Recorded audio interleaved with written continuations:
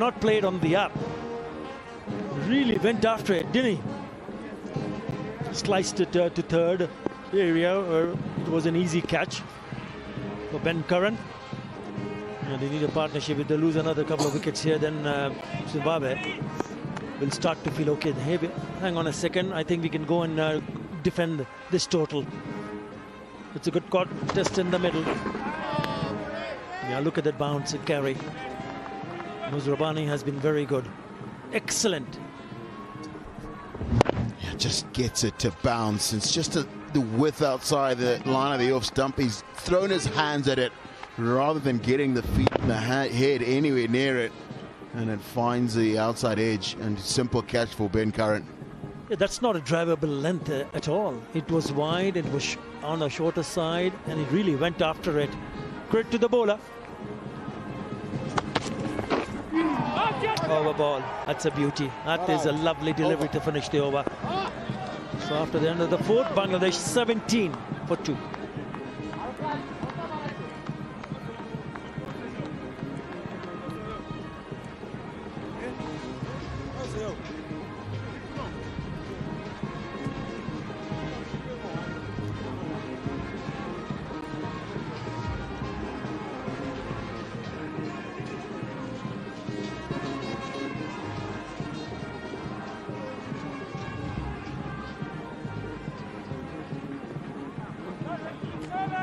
Yeah, it's a good start for Zimbabwe, but not a great start for Bangladesh.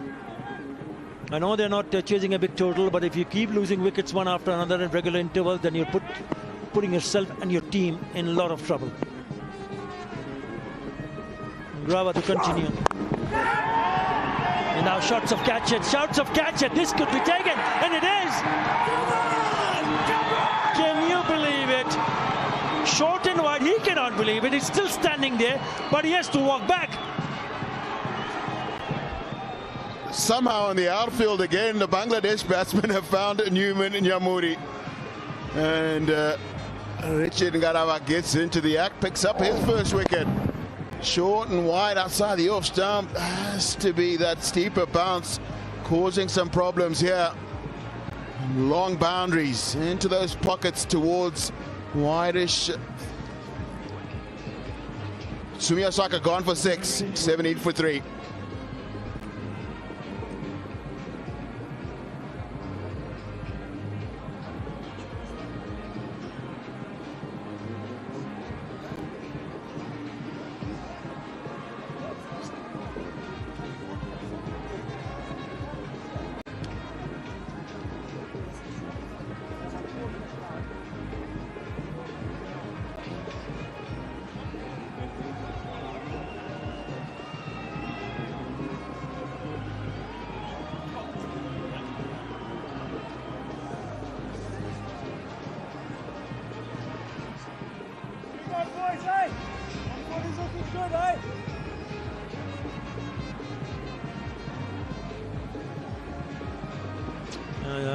Getting a promotion here, usually gets to bat at 6, 7 or 8, but this time the skipper has decided to send him up the order. Nul Hassan Chauhan is in number 5. Zimbabwe will be very pleased, mighty pleased to see the top 3 already back in the pavilion. He's only played 14 ODIs. Up against someone who's getting some steep bounce here. Once again, a rash shot, if I may say so, from Chumo Sharkar.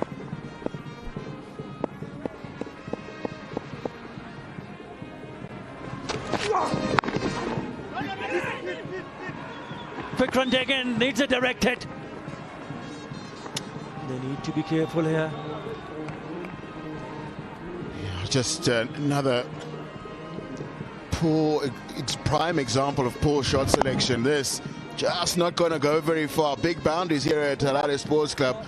You've got to hit it cleanly to clear these long boundaries.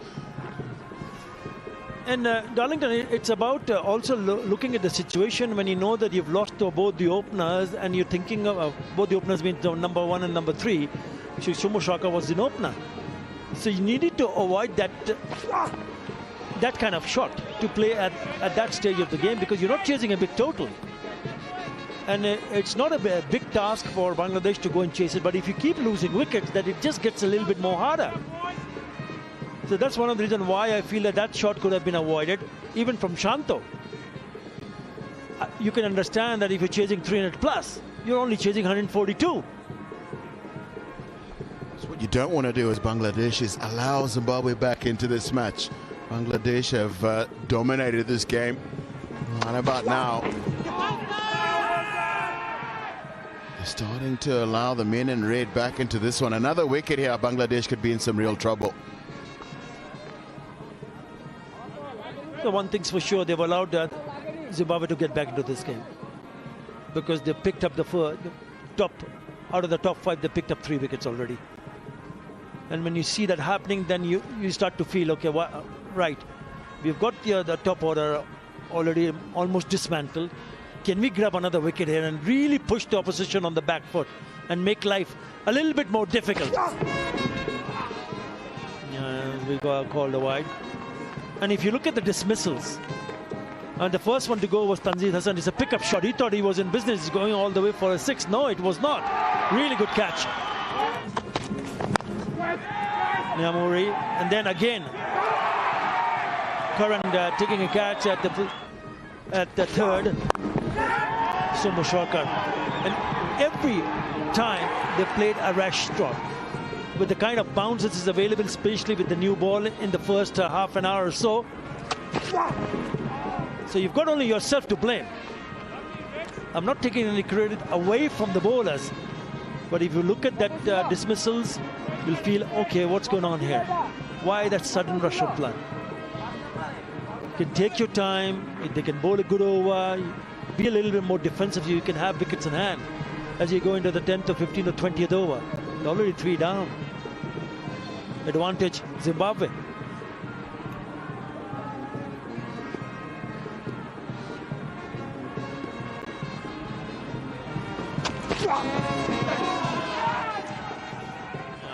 Goes past the bat. Another good over. Wicket taking over comes to an end. 19 for 3.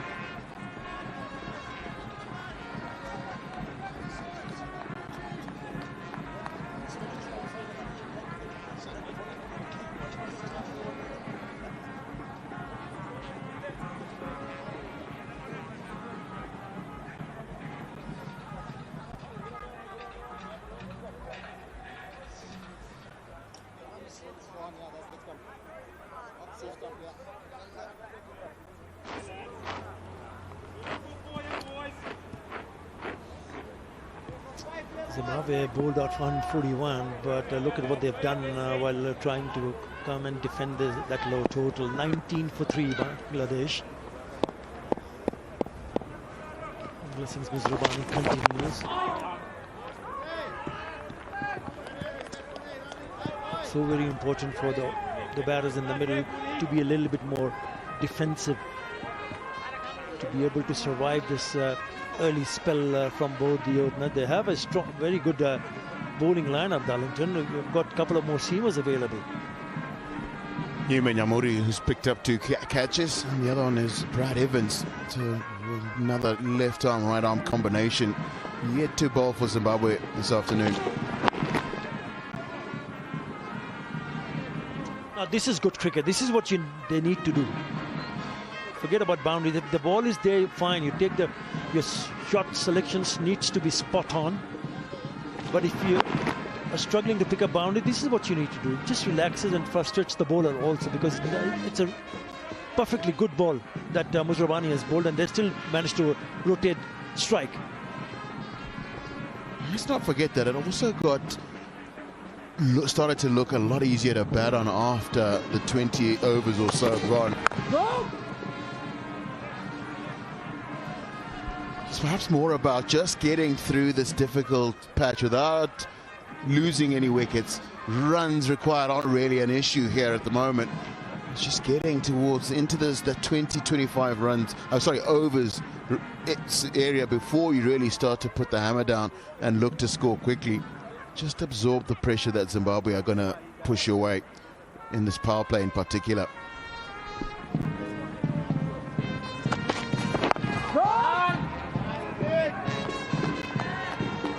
we've seen that. We've seen even after Zimbabwe lost the cluster of wickets, then we saw a pair of Angrava and Nyamuri adding 63.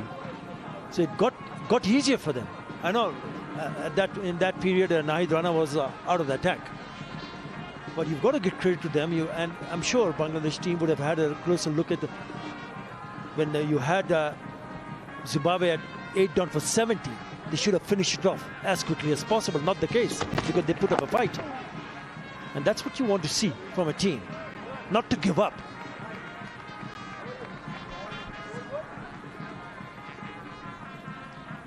Zimbabwean captain Garava was part of that stand with Nyamuri. And just really kept believing, running hard between the wickets, looking to play their shots mostly along the floor. And just got as many runs as they possibly could.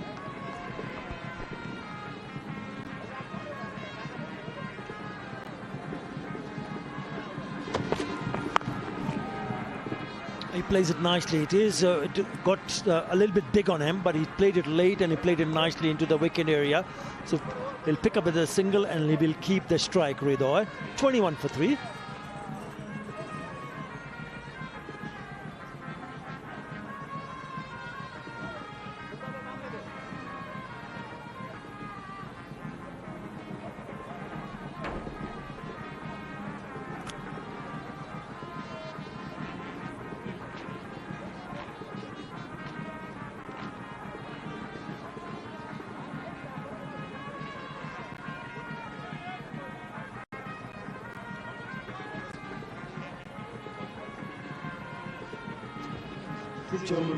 For 3 after the end of the 6th over.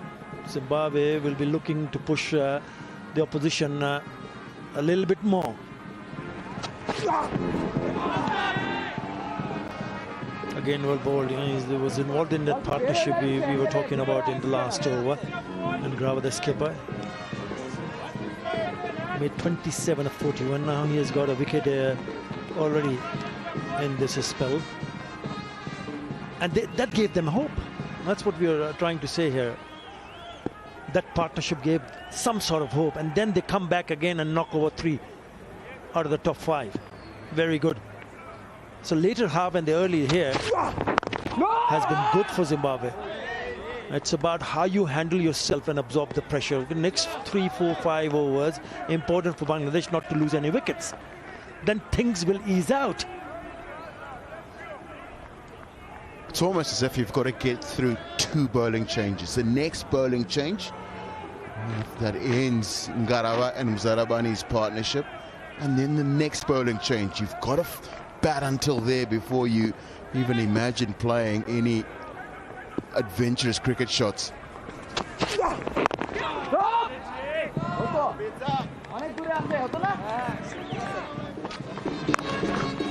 It was 74-8, and then that is partnership that we're talking about.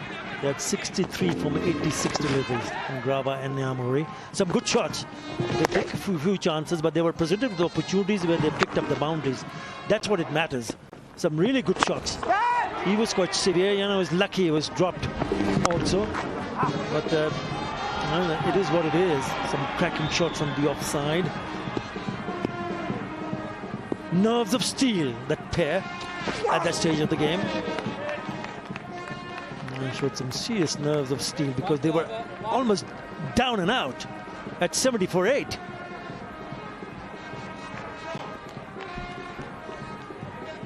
What they've done is they've just given themselves and their country something to bowl at.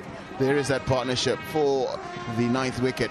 Ngarawa and Nyamuri, the highest partnership of the Zimbabwe innings.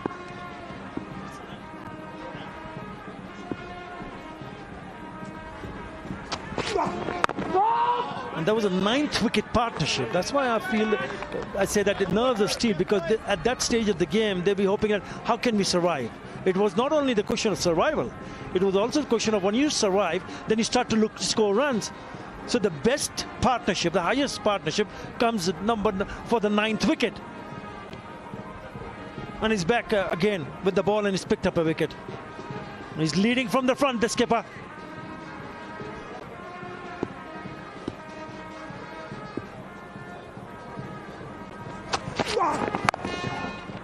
Short ball cuts away straight to the fielder. It's a maiden, 21 for 3.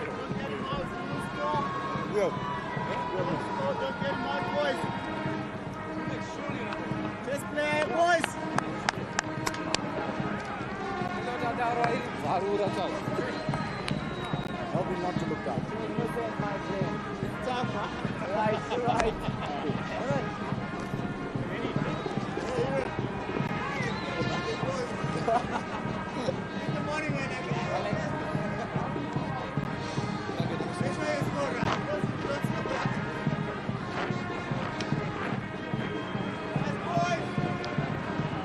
They've lost 3 very quickly. 21 for 3. And that just allows Zimbabwe a bit of breathing room. The only way they're going to win this game is that they bowl Bangladesh out. Brad Evans into the attack.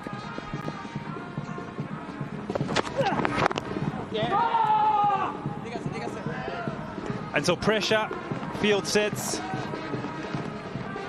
trusting your gut feel really allows Zimbabwe to stay in the game.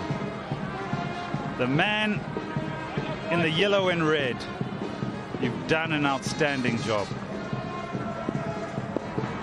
It's a bit of a long paint job. Everybody back at home. Oh, skates on. Misses. But everybody back at home, that is not a shirt. That is a body painting.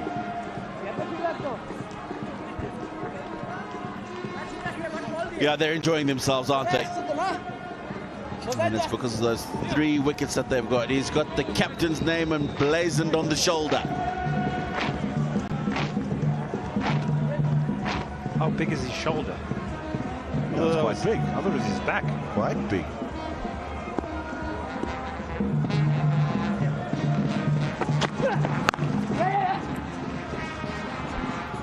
Good running. Still so important that even though you've lost a couple of wickets, when there's an opportunity to rotate strike, you do so. You don't want to see yourself facing too many deliveries in one area on a pitch that's just doing enough for the bowlers.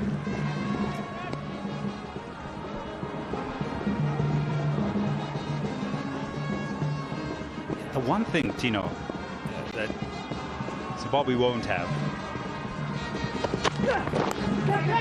Edged! Standing too deep. Genuine edge. Doesn't carry, or does it?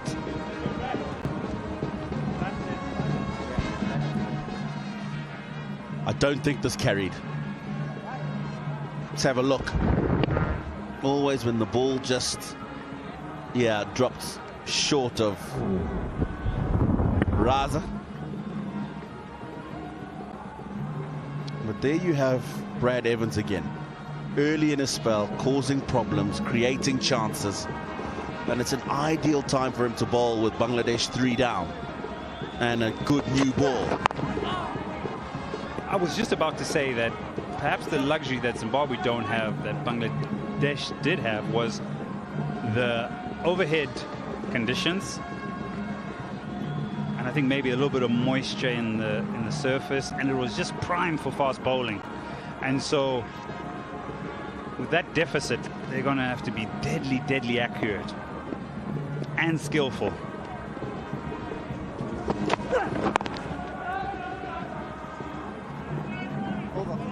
Two off the over, 23 for 3.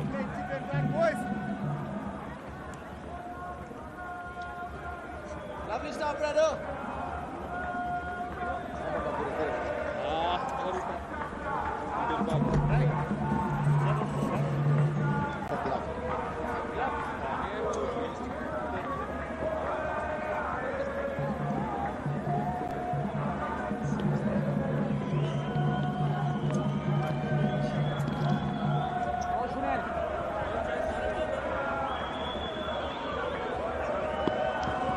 It's that kind of day, isn't it? The fast bowlers, or the bowlers, are having their say.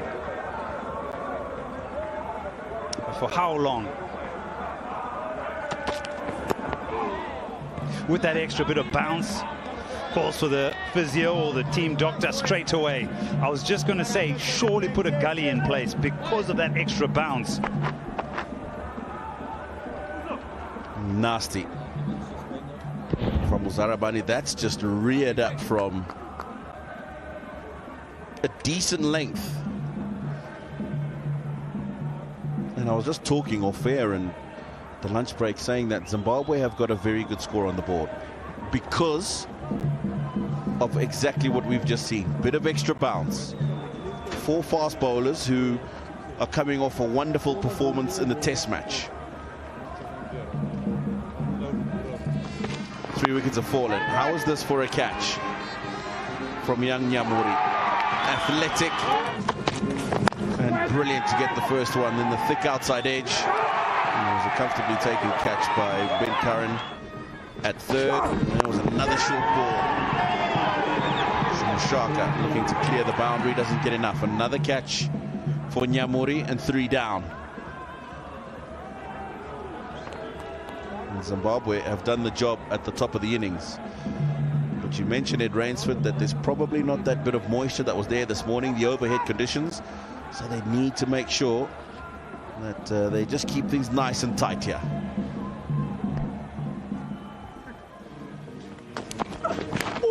What a bowling spell.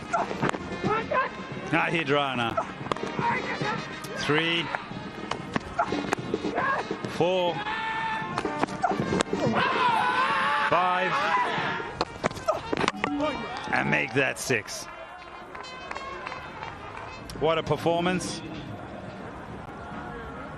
Absorbs all the applause and a big smile on his face.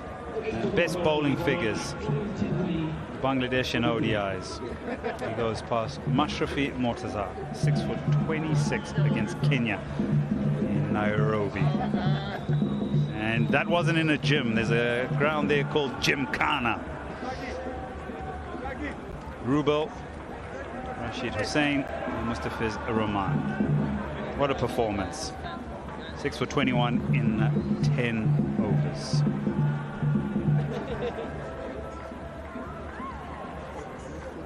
Yeah, well, how often will you see Nyamuri being the top scorer in a Zimbabwean ODI batting card? Rana, we've just seen how good he was. 6 for 21. And then Muzarabani and Garaba have removed the top order of Bangladesh. 119 still required. A rate below 3, but it won't be quite as easy as it is to read.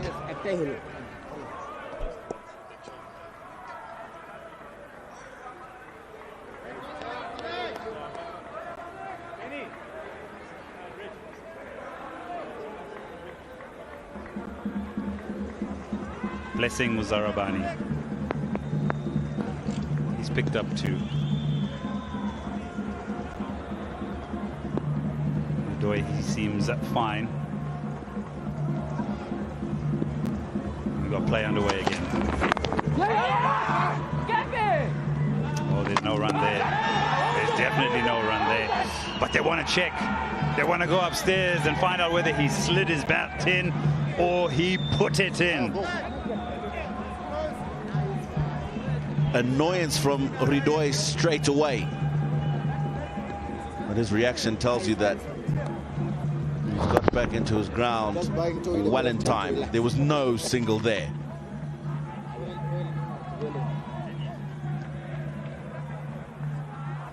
Comfortable.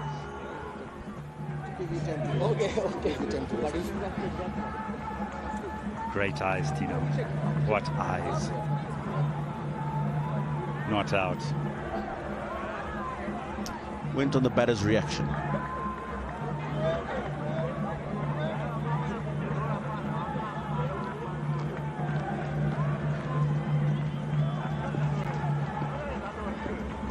Gully, surely got to get a gully in there.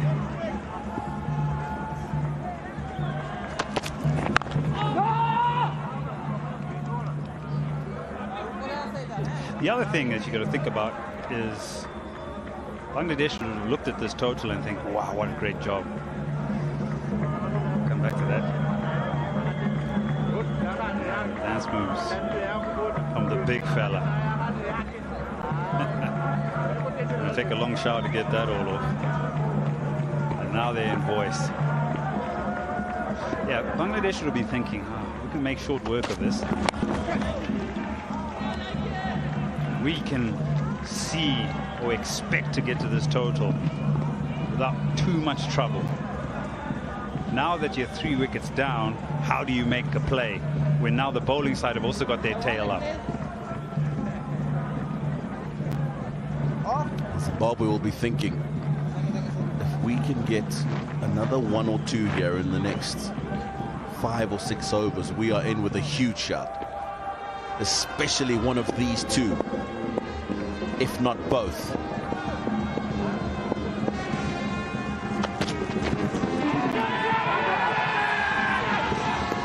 Oh, what a ball. Beats the outside edge. And this is where he's dangerous, if he can just get it to straighten.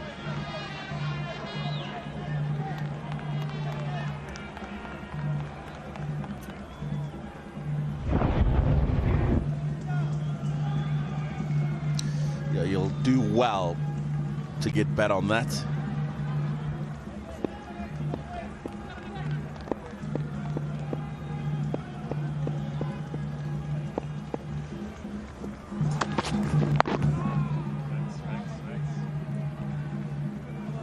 Just one off the over, 24 for 3.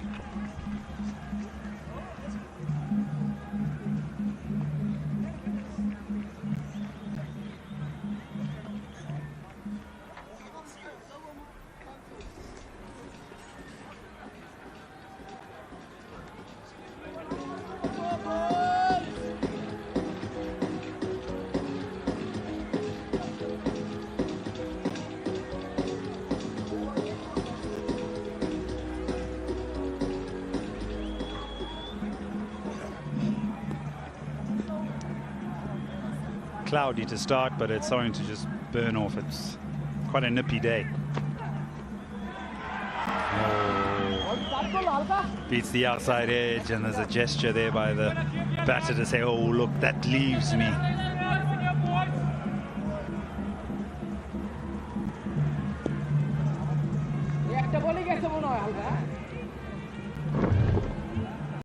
That's gone a long way, that. For Evans on this kind of a surface, he wants to be fuller, doesn't he, Ed?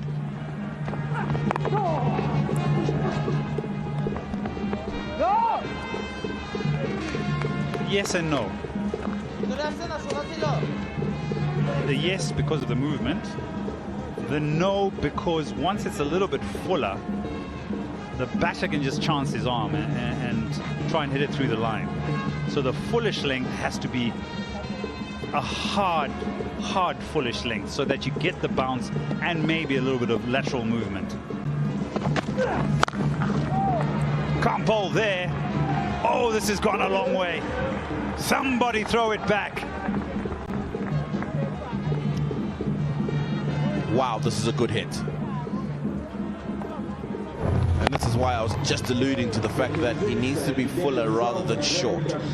Because of the lack of pace, batters will look to take him on, but this is nicely played.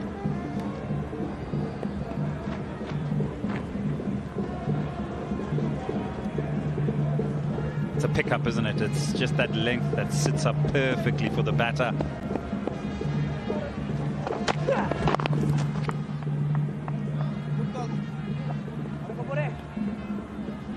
There's definitely more in that delivery than the previous one.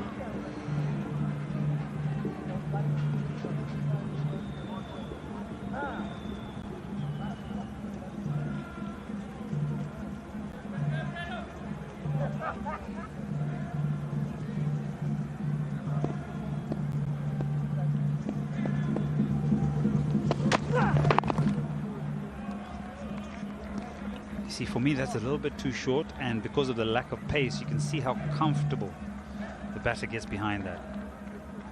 He's in full control. Now, if you bring that forward maybe a couple of feet, get it to react off a slightly fuller length, he doesn't have that amount of time on the back foot to sight the ball and play it comfortably. He then has to make a quick decision. Bails out of that one, but it's called a wide. Right, that's one. So on, that's one.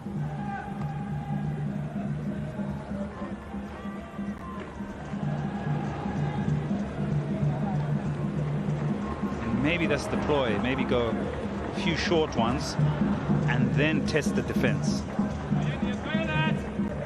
So it's a bit of a mix in terms of the deliveries he's trying to bowl, and perhaps this one would be the away swing. Tight onto off stump, but 8 off the over. It's 32 for 3.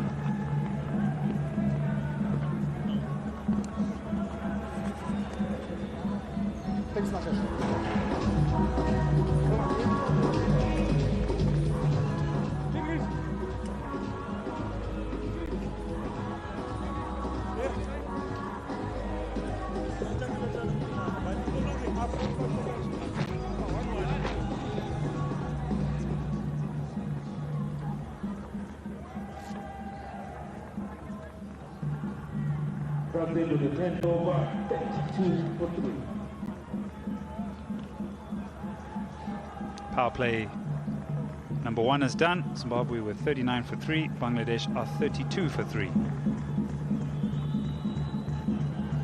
And how can they pick up wickets as Bangladesh did with that middle period?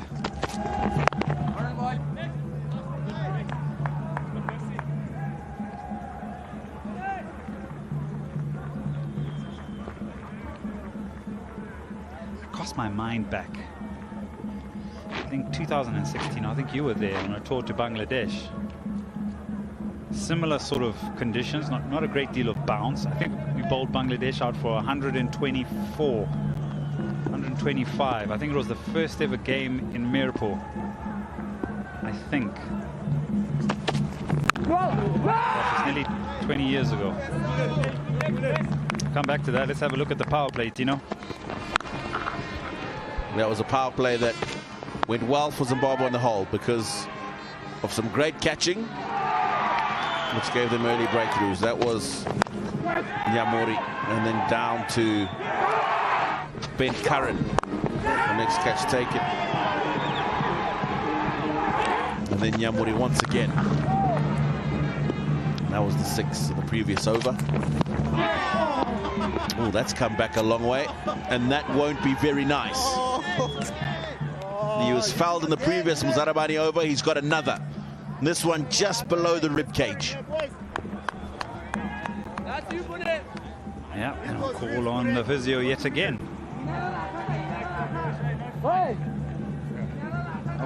Well, he's saying no. So if the physio is not coming, then we have to go with him. He's okay. He wants to carry on. Let's have a look at this blow again. Oh, hello. They call it the rib tickler.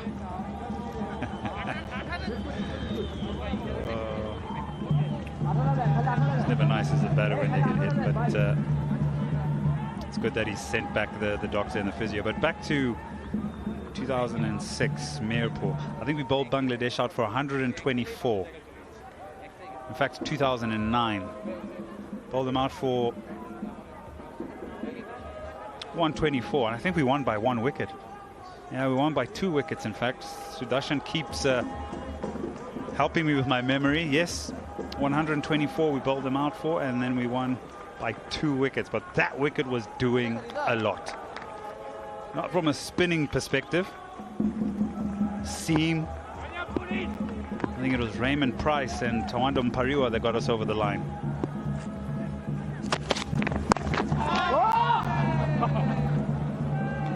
And when Zimbabwe were under so much pressure, and I think you also alluded to it when you said maybe 141's enough.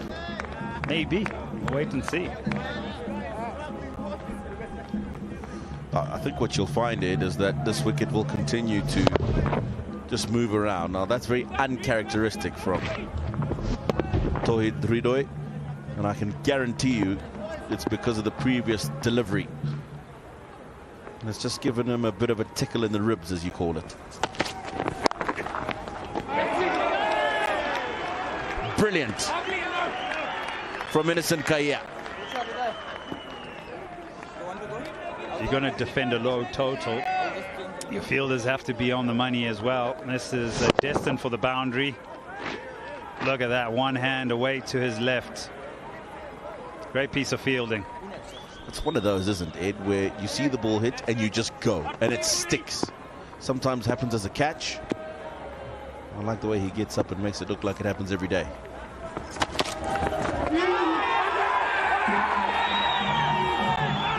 Is there an edge? What's the sound? Probing over. It's a maiden, 32 for 3.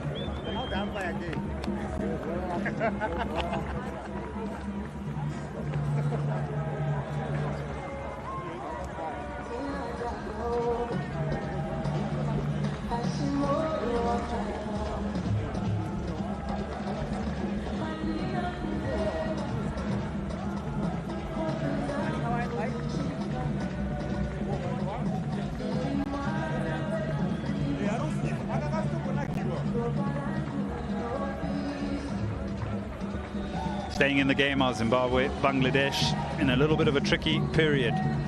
Can they perhaps fight through this tricky period and get on the board with a win in the first of 3 ODIs?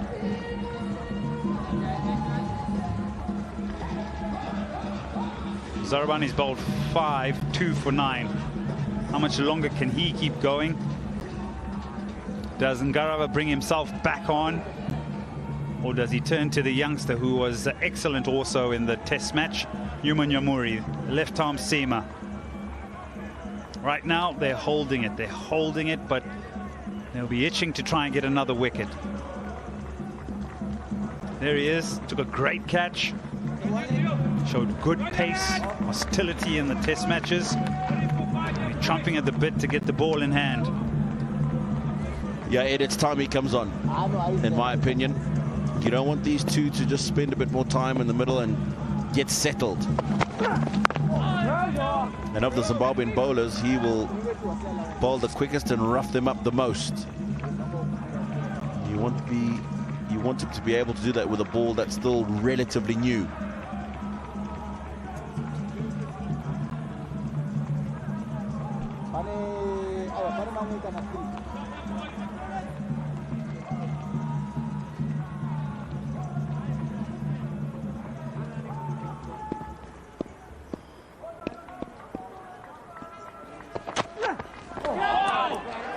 There we go. That's the line. That's the length. You need to be Brad Evans. Ask him to hit you off that line and length. This swings beautifully. Have a look at the seam.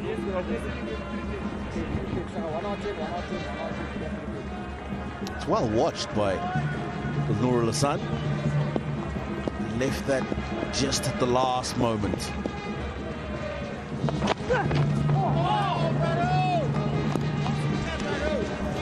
Maybe the slight inconsistencies in terms of carry and bounce. This is why Raza and I think Craig Irvin need to just adjust where they're standing. You'd rather be slightly closer and take the flying catch than for one to drop short.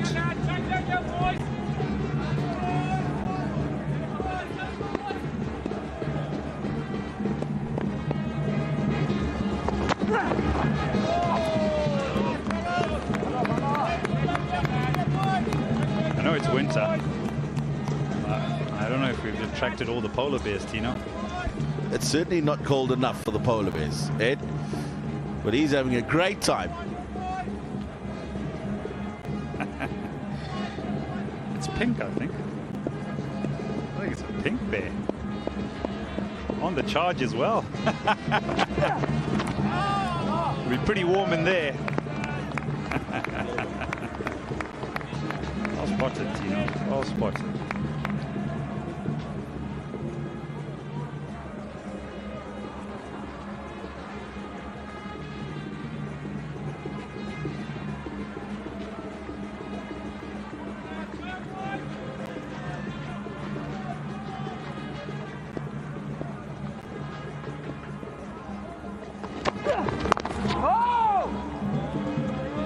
Over.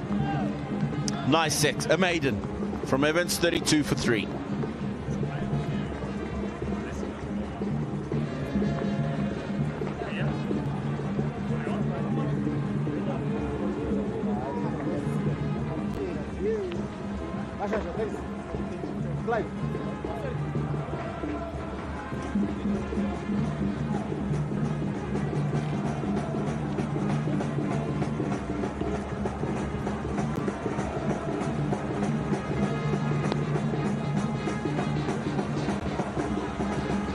Show me your moves. Yeah, I got that one. Got the shuffle as well. Crowd is loving it. Yeah, just off it, you know, I'm almost inclined in blowing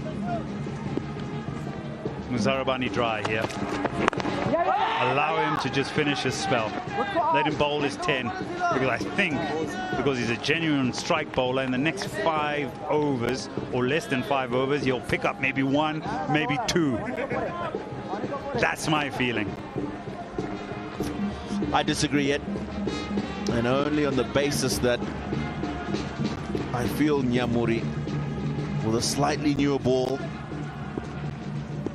4 or 5 overs lesser in terms of age, will be able to extract something out of here that's very high. I just don't think Muzarabani, by the time he gets to over number 9, over number 10, will still have the same power behind the delivery. Venom as a Nyamuri coming in and itching to burst away at these Bangladesh batsmen. And Nyamuri can come from the city end. He can take over from a Brad Evans. I just feel that every single over that Blessing Muzarabani has bowled, he's caused issues. And he's made life so uncomfortable. I agree with you. I mean, you look at his figures. Going at 1.69 to the over.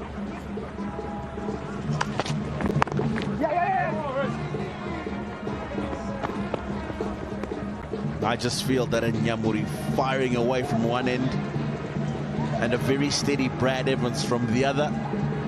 They'll probably look to get after the Evans, thinking that we're not going to be able to get this guy away for too many. And maybe that will create opportunities at the other end. But there's no right or wrong. Different thoughts.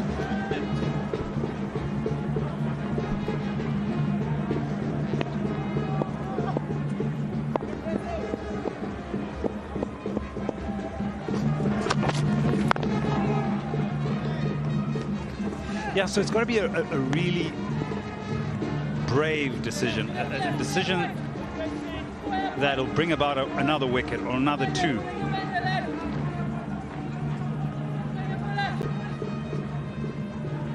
I just have the feeling that Bangladesh are really uncomfortable with a Blessing Muzarabani, and would be uncomfortable against a Nyamuri. Oh, there we go. There's the decisions, Tino. The brain's ticking. Decisions are about to be made.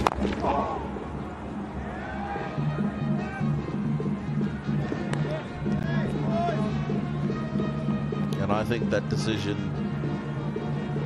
is more than likely a Nyamuri coming on from the golf course end. Next over.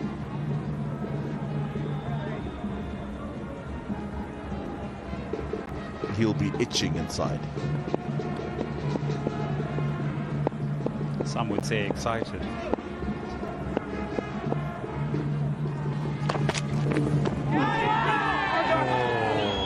Past the outside edge yet again. Just 1 in the over. We have 3s. 33 for 3.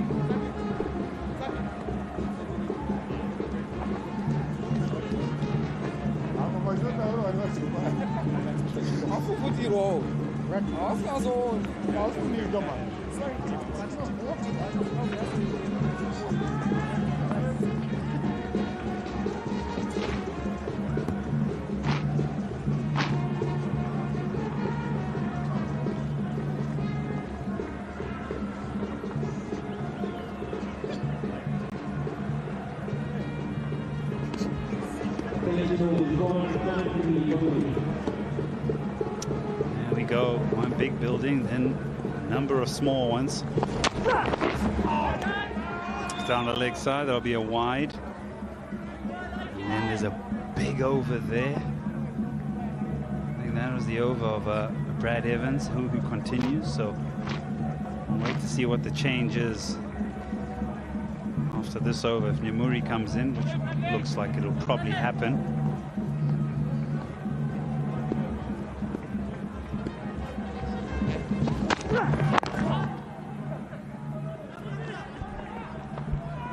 Nice, just picked away off the pads. Is there an opportunity? No, there isn't. There was no power behind the throw from Bennett as he was trying to get that ball away quickly and discourage the second run.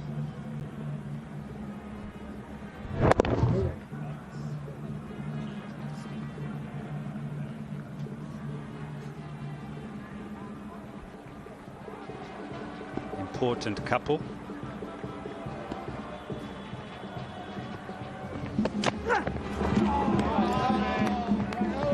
Oh, beautiful delivery by Evans, just probing away. Patience of these two batters with 19 or 58. They're thinking about trying to get as close to the target as possible without losing yet another one.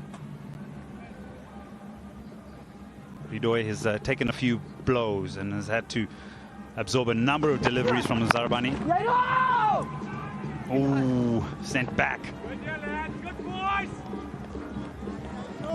Is this a typical Winters wicket? You know, is this the typical wicket you'll get at this time of the year? It is indeed, most certainly, and probably a little bit more in it than you would normally get, because there's been a concerted effort to keep it as moist as possible in the lead up to the match, and then a lot more grass than you would normally have on the surface, whether it's winter time or not. So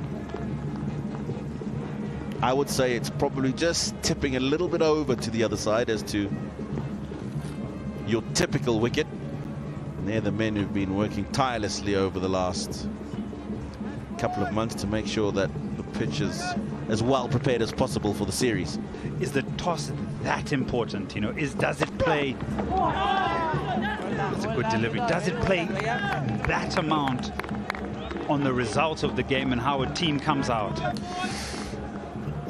I think maybe if we were in the summertime, it would, but you can still see that there's something in the surface, even in the afternoon, when the team bowling second is bowling, which normally you won't get. We know that Harare Sports Club flattens out, becomes a lovely paradise to chase in the afternoon, but this wicket still, with 140 on the board, an opportunity for Zimbabwe. So the toss important, yes, but certainly won't determine the result. 36 for 3.